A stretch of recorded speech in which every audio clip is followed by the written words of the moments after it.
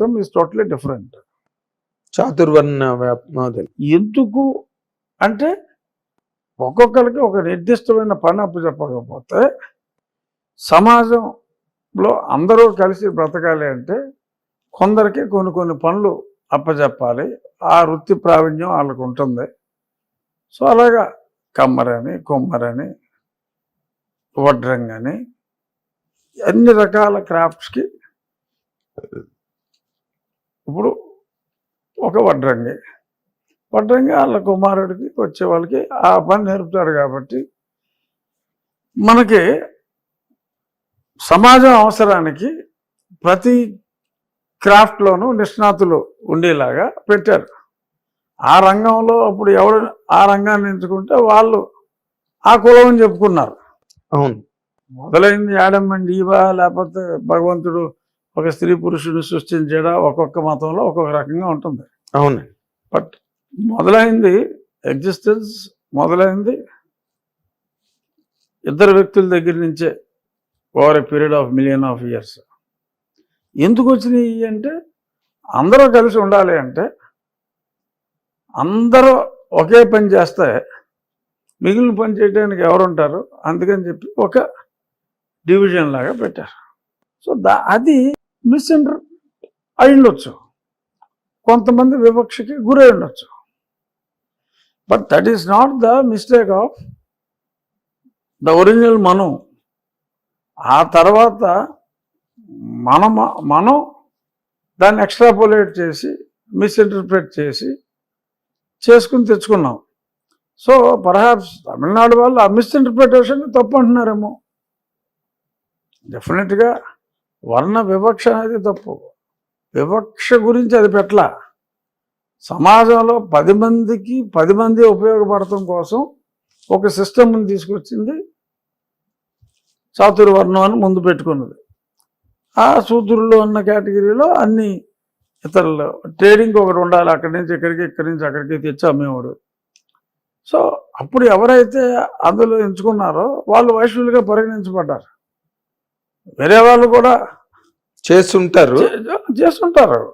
So అది ఒక purpose కోసం, ఇక్కడ ఉన్న సమాజం కోసం అప్పుడు పెద్దలు రాసింది అది. ఇలా ఉంటే బాగుంటుందన్నారు, ఇంప్లిమెంట్ చేశారు. అది ఎందులో అయినా కొంచెం వెర్రి పొంతులు తొక్కుతాయి. సో కాబట్టి మంచి గురించి ఒకళ్ళు మాట్లాడి ఆమె సనాతనే అని కళ్యాణ్ గారు అని ఉండొచ్చు. అవును, దానివల్ల వచ్చిన దుష్పరిణామాలని చూసి అది కరెక్ట్ కాదని చెప్పి ఉదయనిధి స్టాలిన్ మాట్లాడచ్చు. So in their view both are right. అతని పర్సెప్షన్లో అతని రైట్.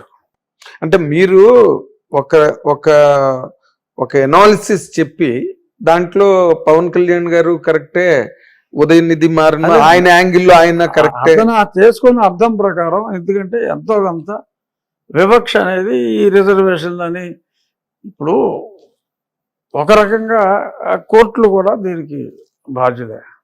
ఇప్పుడు గతంలో ఎస్సీ ఎస్టీ చట్టం తీసుకొచ్చాడు. నన్ను తిట్టాడు, నిన్ను తిడితే కనుక నీకు ఎంత రివార్డ్ ఇస్తాం, నువ్వు తిట్టావని కంప్లైంట్ ఇస్తే ముందు నీకు రివార్డ్ ఇస్తాం, చట్టం అది. సో తర్వాత అసలు ముందు 14 రోజులు రిమాండ్ వేసేయాలి.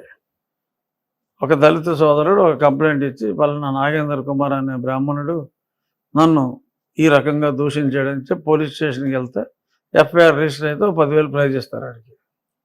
So in a way it has become an encouragement. చట్టం పెట్టిన ఉద్దేశం వేరు, జరుగుతున్నది వేరు. మనుధర్మంలో వివక్ష లేదు. అందరూ అందరినీ గౌరవించాలి, ఎవడు చేసే పని అటు చేయాలన్నాడు అంతే. ఆ వెరితనాన్ని ఉదయనిధి ప్రశ్నిస్తున్నాడు. అందులో ఉన్న ఆలోచనని పవన్ కళ్యాణ్ గారు ప్రశ్నిస్తున్నాడు. దానిలో ఉండే పాజిటివ్ ఆస్పెక్ట్ ని ప్రాపప్ చేస్తారు. దానివల్ల వచ్చిన నెగిటివ్ ఇంప్రెషన్స్ ని ఉదయనిధి ప్రశ్నిస్తున్నాడు. So both are not wrong, because అది మిస్ఇంటర్ప్రిట్ అయ్యింది అన్డౌటెడ్లీ. ఇప్పుడు దీనివలన ఈ చట్టం పెట్టినందువల్ల జరిగింది ఏంటి? ఇప్పుడు ఎవరో ఒక అతను దళిత వర్గానికి చెందిన వ్యక్తి ఇల్లుకి అద్దెకి ఇవ్వాలంటే భయపడుతున్నారు. ఎందుకు? Not because of any hatred towards them. I have utmost respect for Dalits. ఎందుకంటే అందరూ సమానమే.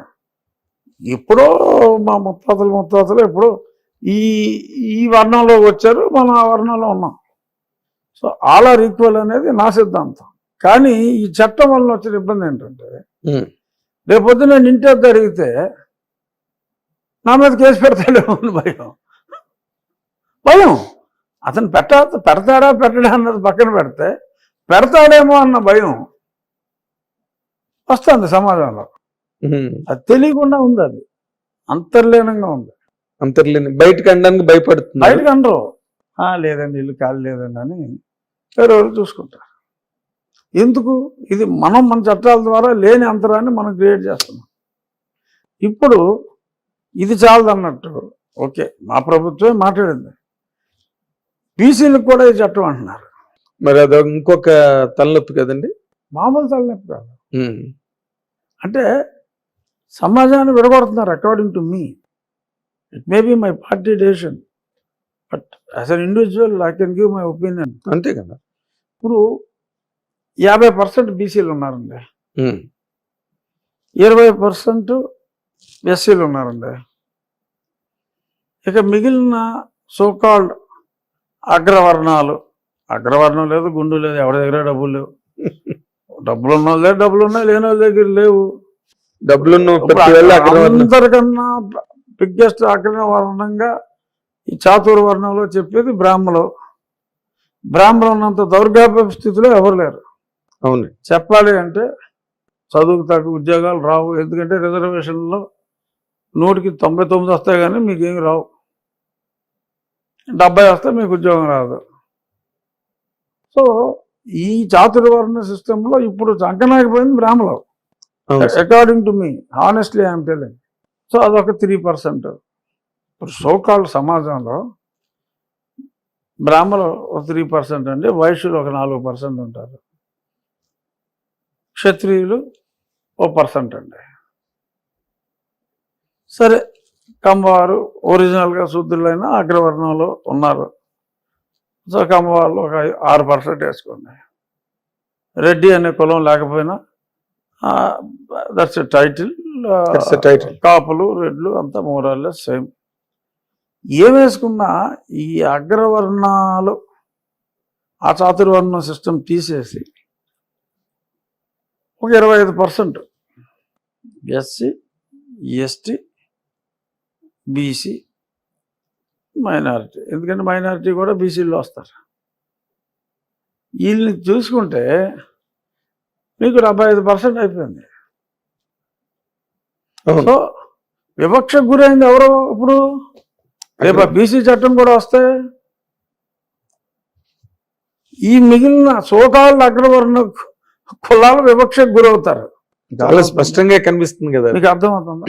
ఇప్పుడు హ్యాపీగా అందరూ కలిసి ఉన్నాం. ఒక అక్కర్లేని హక్కుని ఓట్ల కోసం ఇంకా దేనికోసం నువ్వు ఇచ్చి, అలా అడగని హక్కు, అక్కర్లేని హక్కు. ఎవడన్నా ఉద్యమాలు చేశాడా? మేము వివక్షకు గురవుతున్నామని. ఇప్పుడు అసలు వివక్షకు గురయ్యేది ఎవరు తెలుసా? వైశ్యాసు, బ్రాహ్మిన్స్. నేను ప్రత్యక్షంగా చూస్తున్నా. బ్రాహ్మణుడు అంటారు, బ్రాహ్మణుడు అని పలకడం కూడా కష్టమే. బ్రాహ్మణుడు అంటారు. ఇప్పుడు అసలు స్కూల్లోనేమో తెలుగు తీసేస్తున్నారు, సరిగ్గా స్పష్టంగా పలకలేని పరిస్థితి. సంస్కృతి అలాగే లేదు. ఇప్పుడు బ్రాహ్మణుణ్ణి బ్రాహ్మణుడు అంటారు. క్షౌరం చేసే వ్యక్తిని మనం పూర్వం పరిభాషలో మంగళి అని, మన పుస్తకాలన్నింటిలో కూడా మంగళి అని ఉంటుంది. అవును. ఇప్పుడు నాయి బ్రాహ్మణుడు అనకపోతే అతను కేసు పెట్టచ్చు, అనకపోతే పెట్టచ్చు. ఎస్, బ్రాహ్మణున్నేమో బేపనుడు అంటే నీకు దిక్కుమొక్కు లేదు. కరెక్ట్. ఒక నాయి బ్రాహ్మణుడిని అంటే నాయి బ్రాహ్మణుడు అన్న పదం ఉందని అసలు ఇవాళ ఉన్న ఇంగ్లీష్ మీడియం ఎడ్యుకేషన్లో లేదు. కానీ నువ్వు బార్బర్ అంటే ఒప్పుకోడు, ఇంగ్లీష్లో నీకు బార్బర్ అని ఉంటుంది. నాయి బ్రాహ్మణుడికి ప్రత్యామ్నాయ పదం లేదు అక్కడ, వాషర్మెన్ అని ఉంటుంది. ఈ చట్టం ప్రకారం యూ వాషర్మెన్ అంటే నాకు లేదు, ఎందుకంటే అది ఇంగ్లీష్ మీడియం చదువుకుంటున్నాడు, ఇంగ్లీష్లో వాషర్మెన్ అనే ఉంటుంది. అవును, దానికి వేరే నామినిక్లేచర్ లేదు కదా, వేరే నామినిక్లేచర్ లేదు. ఓ రజక అని పిలవకపోతే అతను కేసు పెట్టచ్చు. చాలా పెక్యులర్ ప్రాబ్లమ్స్. ఓ ఈ రజిక చట్టం అదే చెప్తుంది. ఇప్పుడు ఎలా ఇంత కాంప్లెక్స్ కావుడోడు అంటే నీ కేసు పెడతానికి లేదు, దాని పక్కన ఇంకో సఫిక్స్ కూడా పెడతారు. మనం మాట్లాడుకోలేము సభ్య సమాచారం, డబ్బులు కూడా పెడతారు. అదే అనుభూతున్నాను. సో మీరు అనవచ్చు బీయింగ్ ఏ బ్రాహ్మణ్, నేను అనలేను అంటే మళ్ళీ బ్రాహ్మణ సంఘాలు నన్ను కూడా పడతాయి. అవును, బ్రాహ్మణ కొడుకులు అంటారు కదా. అదే మీరు అనవచ్చు, మిమ్మల్ని ఎవరేమనరు, నేను అన్నాను అనుకోండి మళ్ళీ నన్ను తప్పడతా.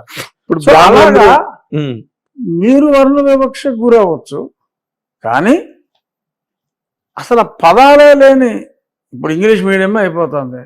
రజకుడు అంటే ఎంతమంది తెలుసండి? ఎప్పటికీ తెలియదు. అసలు చెడు ఉద్దేశం మనసులో ఉండదు. ఆ పదం అది చదువుకున్న పదం, అది చెడు ఉద్దేశం ఉండదు. కానీ రేపొద్దున కేసు పెట్టచ్చు ఏంటి, పెడతారు.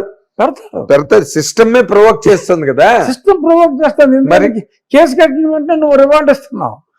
అది ఎంత అన్యాయం అండి. కేసు పెడితే అవార్డు ఏంటండి? అది ఉంది సిస్టమ్. కళ్ళు ఎర్రగా కూడా చూడకూడదంట, తెలుసా మీకు? అది ఉన్నాయి, చాలా ఉన్నాయి. మరి ఇప్పుడు డెఫినెట్ గా దీని మీద చర్చ వచ్చినప్పుడు బీసీలు కూడా అబ్జెక్ట్ చేస్తారు. ఇదో పెద్ద ప్రాబ్లము. అవునండి. మళ్ళీ మరి దీన్ని ఎస్సీ ఎస్టీ అట్రాసిటీని ఎలాగ మిళితం చేస్తారు అంటే, ఒక దళితుడు బీసీ మీద కేసు పెట్టచ్చా? ఈ బీసీకి ఇచ్చే హక్కులో దళితుడి మీద కూడా కేసు పెట్టవచ్చా? ఒక దళితుడు పొరపాటున ఓ మంగళయానో చాకలానో అంటే వీళ్ళు ఎస్సీ మీద కేసు పెట్టవచ్చా? ఎక్కడికి వెళ్తున్నాం మనం? మీరు కేసులు పెట్టుకుని చావండి రానా? అరే అందరూ కలిసిపోయాం, అందరూ హ్యాపీగా ఉన్నాం. అక్కర్లేని హక్కు నువ్వు ఇచ్చి ప్రొవోక్ చేసి మనుషుల మధ్యన కులాల మధ్యన అంతరాలు సృష్టిస్తున్నాయి ఈ చట్టాలు అనేది నా అభిప్రాయం.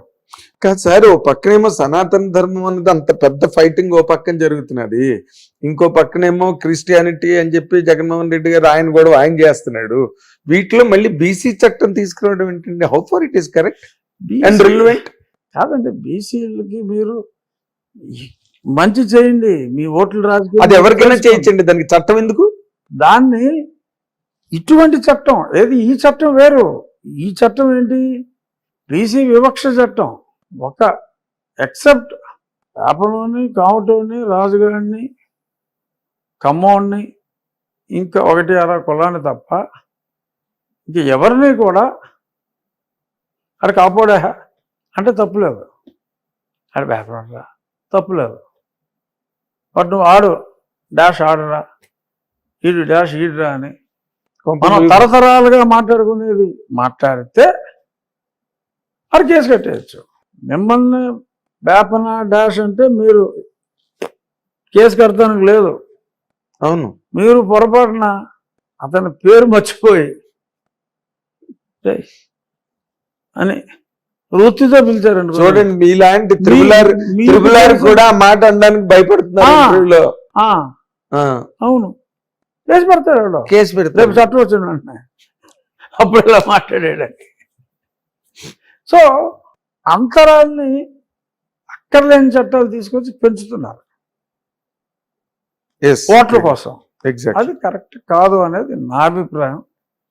సరే, రేపు వెళ్ళిపెట్టినప్పుడు నా అభిప్రాయం నేను చెప్పొచ్చు. సరే, మెజారిటీ ఏమంటే అదే నడుస్తుంది, అది వేరే విషయం. కానీ at least people should understand people పరిపాలకులు తీసుకొచ్చి ప్రజల మీద రుద్ది మళ్ళీ ప్రజలు ఇంకేం ఆలోచిస్తారండి? అదే టబాకో గూడ్స్ అన్ని రోడ్డు మీద పెట్టి అమ్మి వాడద్దు చచ్చిపోతారని చెప్పినట్టు ఉంటుంది. ఎదురుగుండా అవైలబిలిటీలో పెట్టి వద్దొద్దు అని సినిమా థియేటర్లో చావు కొడతారు, లోపలికి వెళ్ళి మనం ఏదో ఎంటర్టైన్మెంట్ కోసం అని కూర్చుంటే. ఇప్పుడు ఇది కూడా అలాంటిదే, చట్టం తీసుకొచ్చి పెట్టి ప్రజలారా మీరు ఆలోచించండి అంటే ఏం ఆలోచిస్తారు? వీడిని ఎలా ఇరికించాలి, వీడిని ఎలా చావు కొట్టాలని ఆలోచిస్తారు. చూడండి అసలు రేపు ఆ చట్టం కూడా వచ్చాక ఎన్ని కోర్టు కేసులు పెరుగుతాయి, కోర్టులు పెరుగుతాయి, లాయర్లు బాగుపడతారు, వృత్తి బాగా వృద్ధి చెందుతుంది, లాయర్ వృత్తి. మళ్ళీ ఇప్పుడు అందులో కూడా ఇప్పుడు 50% బీసీలు ఉన్నారు కదా, ప్రతి కులానికి హక్కులు ఇస్తున్నారు. ఆ ఇంటర్ కులాల్లో కూడా మళ్ళీ కేసులు కట్టుకుంటారు. అది నాయి బ్రాహ్మణుడు రజకుడి మీద కేసు పెట్టుకోవచ్చు, కానీ గొప్ప రజకుడు యాదవుల మీద పెట్టుకోవచ్చు, ఎవరి మీద పడితే వాళ్ళ మీద పెట్టుకోవచ్చు. ఈ 4 వర్ణాలు మాత్రం గట్టు మీద నిలబడి చూస్తుండం తప్పితే వీళ్ళు మంచి చెడు తెలిసి కూడా ఏమి ఏంటంటే మనం ప్లాస్టర్ వేసుకుని తిరగాలి. ఇప్పుడు ఈ ప్రకాష్ రాజ్ గారు కూడా జస్ట్ ఆస్కింగ్ అని ట్విట్టర్ లో విపరీతంగా పవన్ కళ్యాణ్ గారి మీద ఎగ్నెస్ట్ గా యుద్ధం చేస్తున్నాడు దీని మీద. అదేనండి, ఇప్పుడు ఆయన రాజ్యాంగంలో ఉన్న వాక్ స్వాతంత్రం అనే దాన్ని బాగా ఆయన వాడుకుంటున్నాడు. ప్రకాష్ రాజ్ గారికి రాజ్యాంగం చాలా బాగా తెలుసు. Is a well read person. నాకు చక్కటి పరిచయం ఉంది ఆయనతో. Is a well read person. డెఫినెట్గా ఓకే, కొన్ని అట్లో అంత ఎక్స్ట్రీమ్ ఉంటే ఉండొచ్చు. మీరు చాలా well read person. Well read being well read and being well expressed are 2 different faculties and aspects. ఇప్పుడు సనాతన ధర్మం అన్న దాని మీద ఇప్పుడు అతను ఏదో డిఎంకి ఎఫిలియేషన్ ఏదో ఉన్నది కాబోసు ప్రకాష్ రాజ్ గారికి. ఉదయనిధి మాట్లాడిన దాన్ని సమర్థిస్తూ ఇంకో పక్కన పవన్ కళ్యాణ్ గారిని దుయ్యబడుతున్నాడు. నువ్వు డిప్యూటీ సీఎంవా, యోగివా, ఏంటి, వాట్ ఆర్ యూ అని క్వశ్చన్ చేస్తున్నాడు పబ్లిక్ ప్లాట్ఫామ్ మీద. ఇప్పుడు he also cannot oppose somebody's right of speech కదా. ఇప్పుడు పవన్ కళ్యాణ్ గారిది రైట్ ఆఫ్ స్పీచేగా. హిందూ ధర్మ పరిరక్షణ బోర్డుని పెట్టమని అడుగుతున్నాడు ఆయన.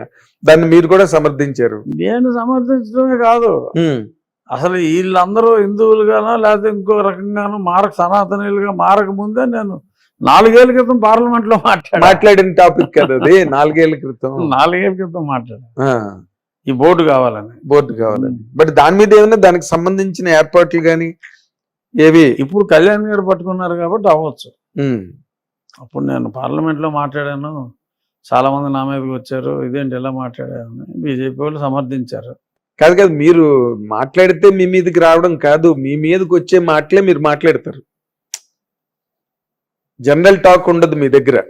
10 మందిని ప్రేరేపించి ఆలోచింపజేసే మాటలే మీరు మొదటి నుంచి మాట్లాడుతున్నారు. అవన్నీ ప్రూవ్ అయ్యాయి. జగన్మోహన్ రెడ్డి గారి మీద మీరు డైరెక్ట్ గా ప్రత్యక్ష యుద్ధానికే దిగారు, being with in the party. So మీరు ఇంకా ఆయిరత్తులు వరుణ్ అంటారు తమిళ్లో, అంటే వేలల్లో ఒక్కడు అన్నమాట. అలాగే ఇప్పుడు ఈ రోజున పవన్ కళ్యాణ్ గారు కూడా ప్రభుత్వంలోకి వచ్చి ప్రభుత్వ పీఠం మీద ఉన్న వాళ్ళు ఎవరు కూడా ఒక మతాన్ని ఓన్ చేసుకుని మాట్లాడలేదు ఇప్పటి వరకు కూడా ఎవరు. బట్ దాన్ని ఆయన చాలా ప్రాక్టికల్ గా is reiterating vociferously on every dais, on every possible occasion. దానికి ఏమైనా మరి నరేంద్ర మోడీ గారు కూడా హిందూ ధర్మ పరిరక్షణ ఆస్పెక్ట్ లోనే ఆయన మూవ్స్ అన్ని ఉంటాయి. దాని గురించి ఏమైనా కట్టుదిట్టమైన ప్రణాళిక ప్రాతిపదిక తయారవుతున్నదండి లేదా? తెలియదు. అది దేశ ప్రధానికి ఒక రాష్ట్ర ఉప ముఖ్యమంత్రికి ఉన్న రిలేషన్. అంటే ఎలియన్స్ పార్టీయే కదా, కూటమే కదా మీరందరూ. కాదండి, కూటమి నాయకులు మాట్లాడుకోవటం వేరు. కూటమిలో ప్రతి ఓడు నాయకుడు కాలేడు కదా. అవును, అఫ్ కోర్స్ నాయకుడు. మరి మీ తాలూకుది ఎప్పుడు మేము వినడమే తప్పితే ఈ రోజు వరకు ప్రభుత్వం వచ్చేప్పుడే 4-5 నెలలు అయిపోతున్నదా? 4 నెలలు దాటింది. 4 నెలలు దాటి 4 నెలల 10 రోజులు. అదే 4 నెలలు 5 నెలలు, అదే నేను 4 నెలల 10 రోజులు. 10 రోజులు. మరి ఈ రోజు వరకు మీ ఏదో ఒక ప్రత్యేకమైన హోదా కల్పిస్తారని వింటున్నాం. సర్కిల్స్ లో వినిపిస్తున్నది, పేపర్స్ లో రాస్తున్నారు, సోషల్ మీడియాలోని పొక్కుతోంది, కానీ ఎక్కడ మీ వైపు నుంచి అసలు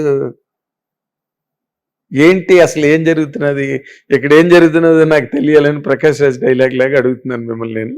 లేదు, అసలు మీరు State మీరు represent- చెప్పిన దాంట్లోనే సమాధానం ఉంది. ఎలా మాట్లాడుకుంటున్నారు కానీ ఏమీ జరగట్లేదని అన్నారు కదా. నేను అదే సోషల్ మీడియా మాట్లాడుకుంటున్న మాటలే నాకు తెలుసు, ఎందుకంటే సోషల్ మీడియాని ఫాలో అవుతాం కాబట్టి. అంటే నార్మల్ గా మీరు ఈ పార్టీలోకి వెళ్ళి ఈ పార్టీ ద్వారా పోటీ చేసి గెలిచి ఆ నేపథ్యంలో చాలా మంది ఏమనుకున్నారంటేనండి, అందరి వాయిస్ నేను రిప్రజెంట్ చేస్తున్నా, ఎందుకంటే యూఆర్ ది ఫస్ట్ రెబల్. పార్టీలో ఉండి జగన్మోహన్ రెడ్డి గారి పార్టీని మీరు అసలు మామూలుగా చీల్చి చెండాడలేదు మీరు దాన్ని. అలా చేసిన మొట్టమొదటి వ్యక్తి. తర్వాత ఈ ఎలక్షన్ వాతావరణం అంతా బాగా వచ్చిన తర్వాత పార్టీ మాట్లాడుకోవడం వేరు. మీరు విత్ ఇన్ ది పార్టీ ఉండి ప్రాణాలకు కూడా తెగించేంత వరకు వెళ్ళిన వ్యక్తి మీరు. 3 సార్లు చావు తప్పించుకున్నాను. అదే అంటున్నా. అలాంటి మీకు ఏదో ఒకటి 100% ఒక ప్రత్యేకమైన స్థానము, లేకపోతే ఒక ప్రత్యేకమైన యుద్ధమిద్దమైన నిర్దిష్టమైన హోదా ఏదో ఒకటి కలుగుతుందని, కలిగిస్తారని చెప్పి అందరూ ఆశించారు. But why it is not happening? మీకు తెలిసినంత వరకు, మీ అబ్జర్వేషన్ వరకు, what is blocking you? Blocking మీయా? What is blocking the leaders అనేది మనం అడగాలి, అంతే తప్ప. అదే సార్, ఫ్రమ్ దట్ సైడ్ మీరు ఆర్ బీయింగ్ బ్లాక్డ్ అంటే, ఇప్పుడు మీకు ఏదో ఒకటి ఇస్తే you are on the forging direction, you are on upsurge. ఇవాళ ఫార్చునేట్గా నాకు అవసరం లేదు, ఫార్చునేట్గా. ఎందుకంటే మొన్న లాస్ట్ వీక్ విజయనగరంలో కలిసాం, లాస్ట్ మంగళవారం. అవును, 6 రోజులైంది. విజయనగరంలో నా కాన్స్టిట్యున్సీ కాదు, నా ప్రాంతం కాదు, మీకు ఏ రకంగా సంబంధం లేదు, ఏమీ సంబంధం లేదు. విజయనగరంలో ఆ 500 మీటర్ల రోడ్డుకి 2 వైపులా ఉన్న క్యూ లైన్లో నాకెంత గౌరవం ప్రజలు ఇచ్చారు. మిమ్మల్ని ఎంతమంది పలకరించారో, మిమ్మల్ని చూసి ఎంతమంది కేకలు పెట్టారో నేను ప్రత్యక్ష సాక్షిని. మీరే ప్రత్యక్ష సాక్షి. ఎస్, నాకు తెలిసి రాష్ట్రంలో ఏ మంత్రికి కూడా అందులో 10వ వంతు కేకలు కానీ ఇంకోటి కానీ ఉండవు. కేరింతలు కెవ్వు కేకలు లేవు. మీరు కాబట్టి అంటే నేను అనేది, ప్రజల్లో నాకు అంత గౌరవం ఉన్నప్పుడు ఈ పదవి పదవి నాకెంత అంటలా, ఇవ్వనందువల్ల నాకు నష్టం లేదంటున్నా. అది మీకు వాటిల్లో నష్టం ఏం లేదు. నాకు వాటిల్లో నష్టం ఏమీ లేదు. మీ ఇమేజ్ ఏం తగ్గదు, మీ పాపులారిటీ తగ్గదు. ఎవడైనా మంత్రి అయితే 10 మంది గుర్తిస్తారేమో అని అనుకుంటారు జనరల్గా. అవును, అసలు నాకు ఏ పదవి లేకుండా నాకు గుర్తింపు ఉంది. ఈవెన్ నేను ఎమ్మెల్యే కాకపోయినా కూడా నాకు గుర్తింపు. Hit TV app